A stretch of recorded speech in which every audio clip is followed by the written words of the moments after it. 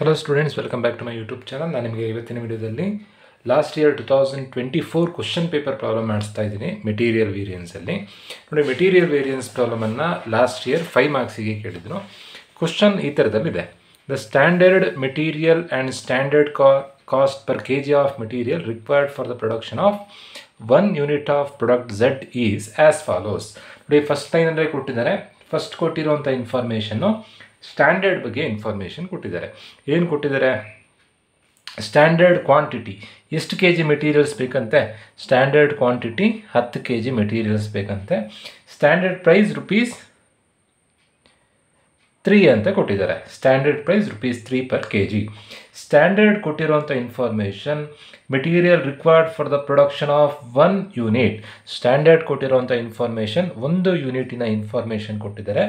ನೋಡಿ, ನಾನಿಲ್ಲಿ 1 ಯೂನಿಟ್ ಅನ್ನೋದನ್ನು ಹೊರಗಡೆ ಬರ್ಕೊಂಡಿದ್ದೀನಿ. 10 ಕೆ ಜಿಸನ್ನು ಸ್ಟ್ಯಾಂಡರ್ಡ್ ಕ್ವಾಂಟಿಟಿಯಲ್ಲಿ ಬರ್ಕೊಂಡಿದ್ದೀನಿ. 1 ಯೂನಿಟನ್ನು ಮ್ಯಾನುಫ್ಯಾಕ್ಚರ್ ಮಾಡೋದಕ್ಕೆ 10 ಕೆ ಜಿ ಮೆಟೀರಿಯಲ್ಸ್ ಬೇಕಂತೆ. ಇಲ್ಲಿ ಕೆ ಜಿಸ್ ಬರೆದ ಮೇಲೆ ಆ್ಯಕ್ಚುಯಲ್ ಕ್ವಾಂಟಿಟಿಯಲ್ಲಿ ಕೂಡ ನೀವು ಕೆ ಜಿಸೇ ಬರೀಬೇಕು. ನೆಕ್ಸ್ಟ್ ಏನು ಇನ್ಫಾರ್ಮೇಷನ್ ಕೊಟ್ಟಿದ್ದಾರೆ? ಆ್ಯಕ್ಚುಯಲ್ಸ್ ಬಗ್ಗೆ ಏನು ಇನ್ಫಾರ್ಮೇಷನ್ ಕೊಟ್ಟಿದ್ದಾರೆ?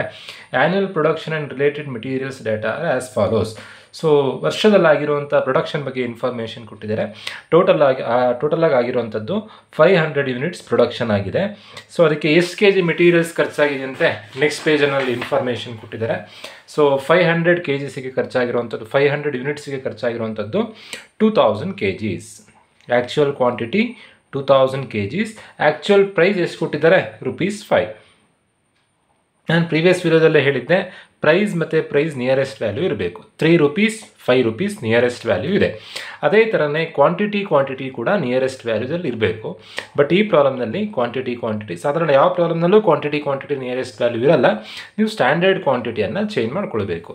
ಹೇಗೆ ಚೇಂಜ್ ಮಾಡೋದು? ಸ್ಟ್ಯಾಂಡರ್ಡ್ ಕೊಟ್ಟಿರೋದು 1 ಯೂನಿಟಿನ ಇನ್ಫಾರ್ಮೇಷನ್, ಆ್ಯಕ್ಚುಯಲ್ ಕೊಟ್ಟಿರೋದು 500 ಯೂನಿಟ್ಸಿನ ಇನ್ಫಾರ್ಮೇಷನ್.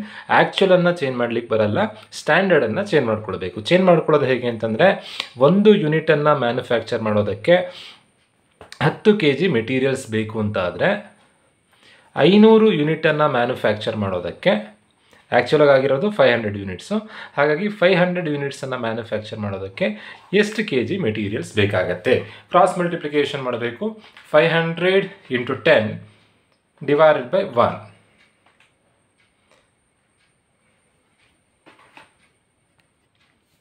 ಸೊ ಸಿಂಪ್ಲಿಫೈ ಮಾಡಿದಾಗ 500 × 10 ಮಾಡಿದಾಗ 5000 ಕೆ ಜಿಸ್ ಆಗುತ್ತೆ. So revised standard quantity 5000 K ಜಿಸ್.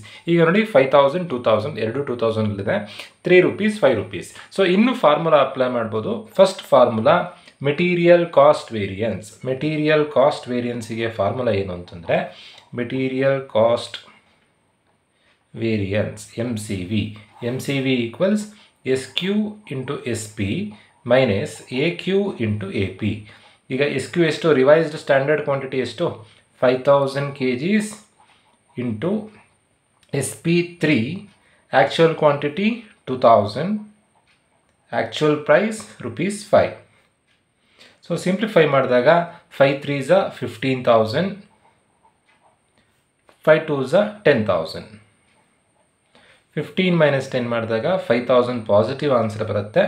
So ಬ್ಯಾಲೆನ್ಸಿಗೆ ಫೇವರಬಲ್ ಬ್ಯಾಲೆನ್ಸ್ ಅಂತ ಬರೀಬೇಕು. ಅಲ್ಲಿಗೆ MCV ಆಯಿತು. Next MPV material price variance formula SP - AP × AQ. SP ಎಷ್ಟಿದೆ? SP ₹3 ಇದೆ. AP ಎಷ್ಟಿದೆ? AP ₹5 ಇದೆ. AQ ಎಷ್ಟಿದೆ? 2000 ಕೆ ಜಿಸ್ ಇದೆ. ಸೊ ಸಿಂಪ್ಲಿಫೈ ಮಾಡಿದಾಗ 3 - 5 ಮಾಡಿದಾಗ -2 ಬರುತ್ತೆ. -2 × 2000 ಮಾಡಿದಾಗ 4000 ನೆಗೆಟಿವ್ ಆನ್ಸರ್ ಬರುತ್ತೆ. ನೆಗೆಟಿವ್ ಆನ್ಸರ್ ಬಂದಾಗ A ಅಂತ ಬರೀಬೇಕು. ಹಿಯರ್ A ಅಂತಂದರೆ ಅಡ್ವರ್ಸ್ ಬ್ಯಾಲೆನ್ಸ್, F ಅಂದರೆ favourable balance. Last one MUV material usage variance formula SQ - AQ × SP. So SQ ಅಂತಂದರೆ standard quantity 5000 K Gs. AQ ಅಂದರೆ actual quantity 2000 K Gs. SP for standard price ₹3. 5000ದಲ್ಲಿ 2000 ಹೋದರೆ plus 3000 ಬರುತ್ತೆ. 3000 × 3 ಮಾಡಿದಾಗ answer 9000 ಆಗುತ್ತೆ. 9000 answer favourable answer. Cross check ಮಾಡಬೇಕು ನೀವು. ನೋಡಿ, -4000 MPV ಪ್ಲಸ್ MUV ಮಾಡಿದಾಗ MCV ಬರಬೇಕು -4000 plus 9000. Answer is plus 5000. MPV plus MUV ಮಾಡಿದಾಗ MCV ಬರುತ್ತೆ. ಸೊ ಬಂದರೆ ಪ್ರಾಬ್ಲಮ್ ಮಾಡಿರೋ ಸರಿಯಾಗಿದೆ ಅಂತ. ಅಕಸ್ಮಾತ್ MPV ಪ್ಲಸ್ MUV ಮಾಡಿದಾಗ MCV ಬರದೇ ಇದ್ದರೆ ನೀವು ಮಾಡಿರೋಂಥ ಪ್ರಾಬ್ಲಮ್ ತಪ್ಪಾಗಿದೆ ಅಂತ. ಎಲ್ಲ ಪ್ರಾಬ್ಲಮ್ನೆಲ್ಲ very important. Standard quantity, material ಕೊಟ್ಟರೆ ಸ್ಟ್ಯಾಂಡರ್ಡ್ ಕ್ವಾಂಟಿಟಿಯನ್ನು ಚೇಂಜ್ ಮಾಡ್ಕೊಳ್ಬೇಕು, ಲೇಬರ್ ಕೊಟ್ಟರೆ ಸ್ಟ್ಯಾಂಡರ್ಡ್ ಅವರ್ಸನ್ನು ಚೇಂಜ್ ಮಾಡ್ಕೊಳ್ಬೇಕು. ಅದನ್ನು ಚೇಂಜ್ ಮಾಡಲಿಕ್ಕೆ ಕಲಿತ್ರೆ ಪ್ರಾಬ್ಲಮ್ ಮಾಡೋದು ತುಂಬ ಈಸಿ. ಹೋಪ್ ಎಲ್ರಿಗೂ ವಿಡಿಯೋ ಅರ್ಥ ಆಗಿದೆ ಅಂತ ಅಂದ್ಕೊಳ್ತಾ ಇವತ್ತಿನ ವಿಡಿಯೋ ಮುಗಿಸ್ತಾ ಇದ್ದೀನಿ. Thank you.